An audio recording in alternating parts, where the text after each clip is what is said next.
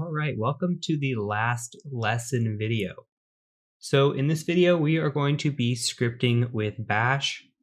Now, this may seem a little overwhelming at first. What we're going to be doing is building out a ping sweeper script. It's going to be pretty basic. And what I want you to do is maybe just watch this video once, and then the second time through, really try to follow along with it, take notes, etc. I think a first time watch through, just to get the concepts, understand what I'm doing, and then the second time really get hands on with it. And I think that'll be probably the best way to learn. But if you have a different learning style, please do go ahead and try that as well. The only thing I can say is don't let this intimidate you. Hopefully by the time the video is over with, you will have a pretty good understanding on basic scripting and how scripting can really be beneficial and improve our timing, improve automation, etc. So let's go ahead and quickly talk about some of the things you're going to be learning in this video. Okay, so some of the commands and items we're going to learn. We're going to talk about grep, which is going to allow us to narrow down some results. We're also going to talk about cut and tr. Both of those are also going to help us narrow down some results. So basically, we're going to start with a ping that we're going to send out, and we're going to want to gather information back that says that ping was valid. So we want to know any computer that responded to us. Well, how are we going to do that? Well, we need to identify what a valid ping looks like. We're going to use grep to kind of narrow down a string or a sentence or something that identifies with a positive ping. And then we're going to cut out everything we don't want and use tr as well to cut some things out that we don't want. So we're going to put this into a script when it's all said and done. And we're also going to be talking about the usage of for loops and their importance, not only with using them in this script, but how we can use simple one-liners to do everyday things for us. So I'll show you at the end of the video how we're going to use like a nmap and use a for loop with nmap to run through an nmap script. So stay tuned through the video. Again, if you are a hands-on learner, maybe first time through you try hands-on, but my recommendation here is to just sit back, watch the video, understand what's going on. Second time, really follow along with it, take notes, and get the most that you can out of this lesson. So let's go ahead and get started. All right, so now we're going to be covering Bash scripting. So the first thing we're going to need to cover before we get into writing our scripts is how to narrow down results. And when we say narrowing down results, what we're saying is, if we're given a block of text and we want to extract some information from that block of text, how are we going to do that? So that's what we're going to cover in this lesson. Okay, so let's go ahead and get started. What we're going to be doing today is narrowing down a ping result. So if we come into here, and we need to ping an IP address within our system. So I'm going to be pinging 192.168.1.90. And you're going to see that it returns a 64 bytes from that address. So it looks like we're getting a response. I'm going to hit Control C here. So if you remember from the networking section, we actually get a response unlimited until we cancel it, right? Like we just Controlled C here from ping. So there's another thing that we can do if we only want to send one packet and see if it's alive or not. We can do a -C of 1. So we're just going to do that. So that's a count of 1. We're sending one packet over. If we set 10, it would send 10 packets over, if that makes sense. So now what we're going to do is we're going to put this into a text file. So if you remember from previous video, we just use this little caret here, and I'm going to call this ip.text. Okay, and if we cat ip.text, you'll see the same results there. So now what we're going to want to do is we're going to want to narrow this down. What do I want to extract from here? Well, I want to extract this IP address. And it'll make more sense when we get into the scripting part. But what we're going to do is we're going to get out specifically of this IP address from this line. Now, what we're interested in actually is a returned IP address that has a valid response, right? So if I were to enter in here, say 15.90, okay, there's no response there. So this is kind of what it looks like when it doesn't get a response back, it just kind of lingers. And then we hit Control C and it says 0 ping statistics, right? Nothing was received back. So what we see when we get a response back is we see 64 bytes. When there's no response back, we don't have any bytes. So if we're doing a sweep through a network, which we're going to be doing later, we need to be able to narrow down these results. So if we're sending, say, 192.168.1.1 all the way through 255, and we want to see who responds back and then take that list and narrow it down to the IP addresses, which is exactly what we're going to be doing, we need to know how to narrow that down. So what we're going to be narrowing down on specifically is the 64 bytes. So let's tab up a couple times to this cat IP address, and we're going to do a pipe. And the pipe just means we're going to add an additional command here. So the additional command we're going to do is called grep. Grep is going to grab any line with what you specify. So let's specify 64 bytes and see what happens. See, now if you noticed, we had all of these lines before. And now what grep is doing is grep is taking only the lines that contain 64 bytes. So again, a valid response. So we have 64 bytes here, and we have achieved a response. So what we're going to do now is we're going to narrow this down some more. Okay, we've got this line here, but again, we're still trying to extract this IP address. So how can we do that? Well, there is a tool called cut. So if we tab up again, and we do another pipe because we're sending a new command, we're going to say cut. And cut syntax looks like this, and I'll explain it once I type it out here. Okay, so we have cut, and then this -D, that's a delimiter. So the delimiter is what we're going to be cutting on. So we're giving a delimiter of a space, meaning here's a space, here's a space, here's a space. So we're going to be cutting on these spaces. And then we give a field. We say, okay, what field do we want to retrieve back from this cut? Okay, we want field 4. If you look, 1, 2, 3, 4, and the 4th field is our IP address. So it's going to say, okay, I'm going to cut on this space, I'm going to cut on this space, I'm going to cut on this space, and then I'm going to take it right here. Now, if we identified field 5, we would be taking this. If we identified field 3, we'd be taking from. So let's go ahead and just hit enter and see what that looks like. Okay, so now we are narrowed down even more. But there's an issue here. If we were to try to send this IP address, we would have this little colon here attached onto it, and you can't ping with that IP address. So if we're going to be doing a sweep or narrowing down this list, then we're going to actually need to remove this guy here. So let's take a look at how we do that. So if we tab up again, and again, we're going to add a pipe. Now we're going to use a command called tr. And tr just means translate. And what we're going to be doing is another delimiter, so -D there, and we're going to be taking out that colon. So it should look something like this. And if we hit enter, now you can see that that colon has been removed. Okay, now let's talk about how we can use this information to write out a script. We're going to start with a basic script, and we can add upon it as we go. So I've gone ahead and written out a script, but we're going to talk about it very slowly so you can actually look at it and copy it down. So what we're going to do is go ahead and say gedit, and I called this ipsweep.sh. So go ahead and do the same or something similar and hit enter. So let's take a look at this script.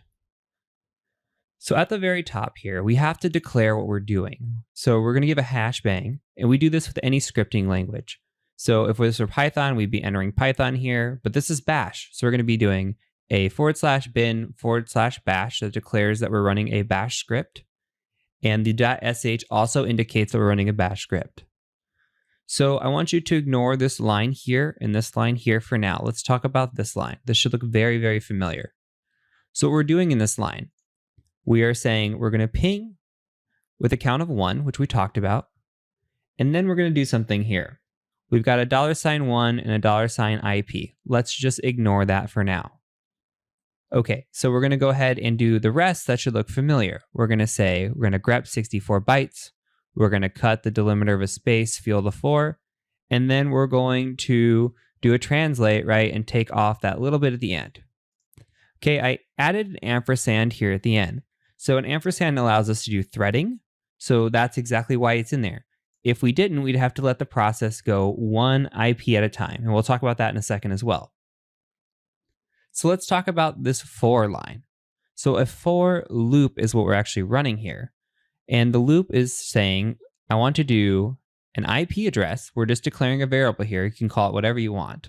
Where we're saying, hey, for this IP in a sequence of 1 through 254, we're going to do something. And that do is a ping.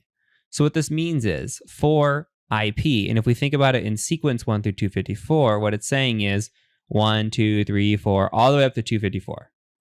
Okay, so think about it this way. If we say for 1 in this ping sweep, we're going to do that, right? So we're going to say for 1, for 2, for 3, all the way through 254. That's what this loop is doing. So it's a very, very simple loop. Now, IP is replaced down here at the very end. Now we're also calling out this $1. Now this $1 is user input. So we're going to actually do something. This is called IP sweep, right?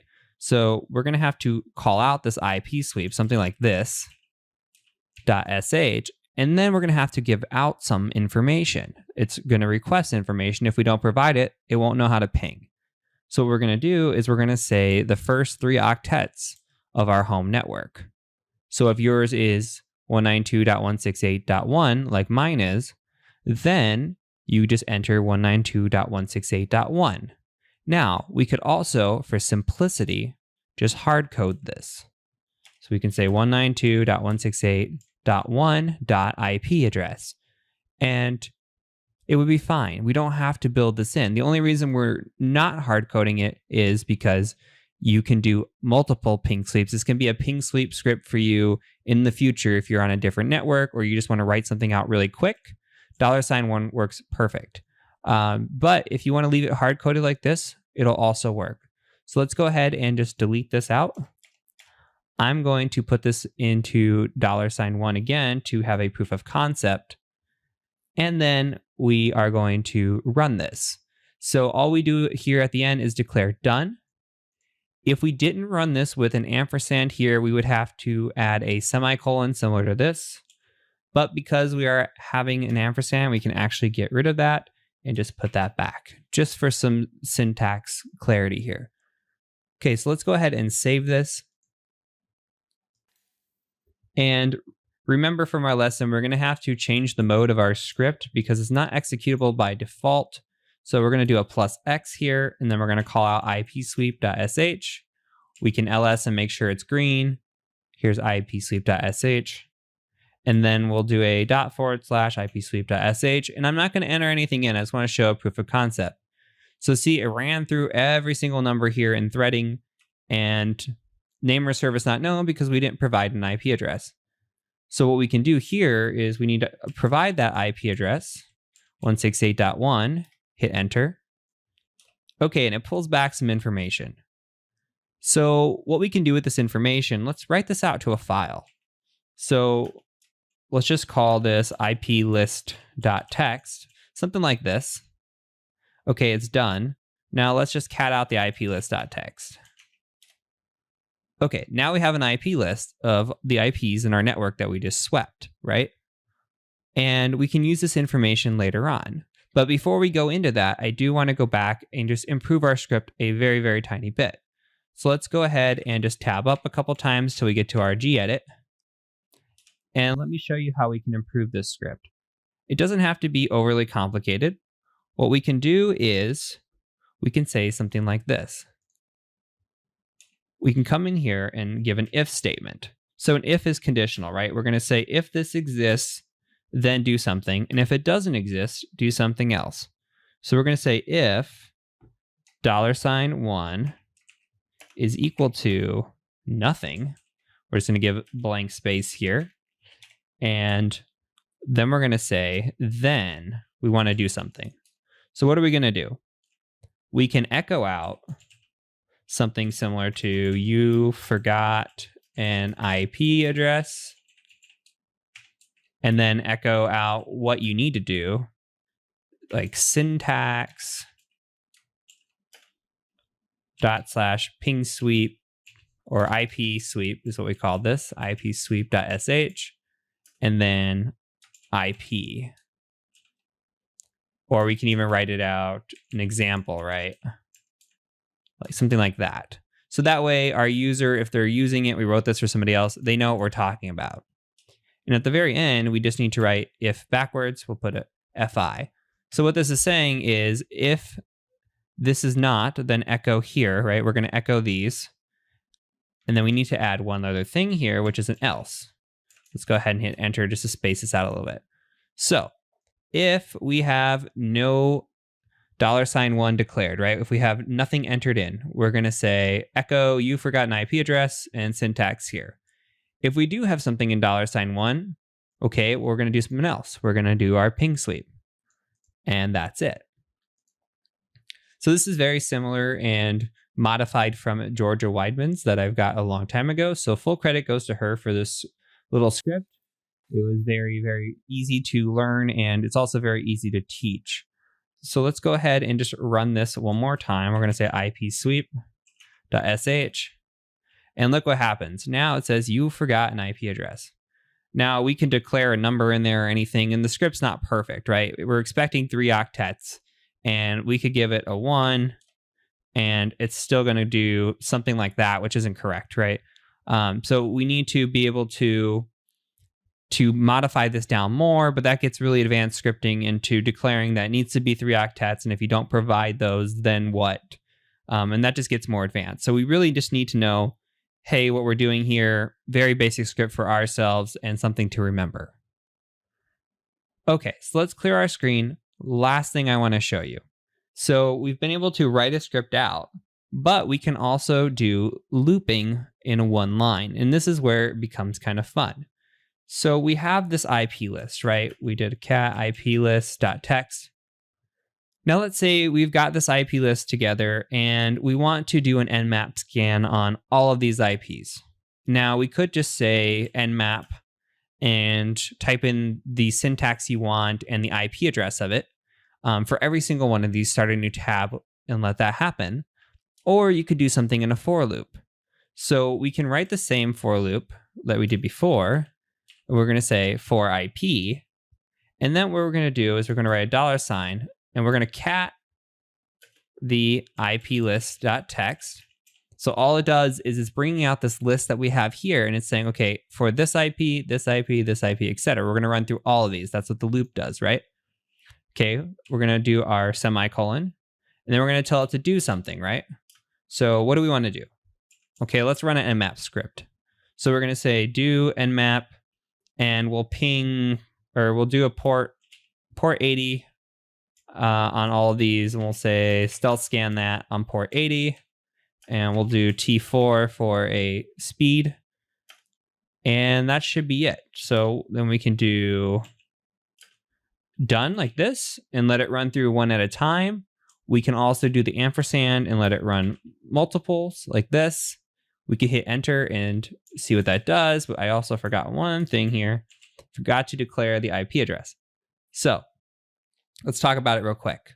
So we've got a very, very simple one-liner, and you're going to see one-liners a lot if you get into ethical hacking, and just allows us to do things quickly and scripted. So we got for IP address in this list. So every IP in this list, we're going to loop through. When we do that loop, we're going to do nmap. We're going to do a quick stealth scan of port 80, T4, and we're going to say declare the IP address. If you're not comfortable with nmap, that's okay. This is purely an example and something you will see in your career.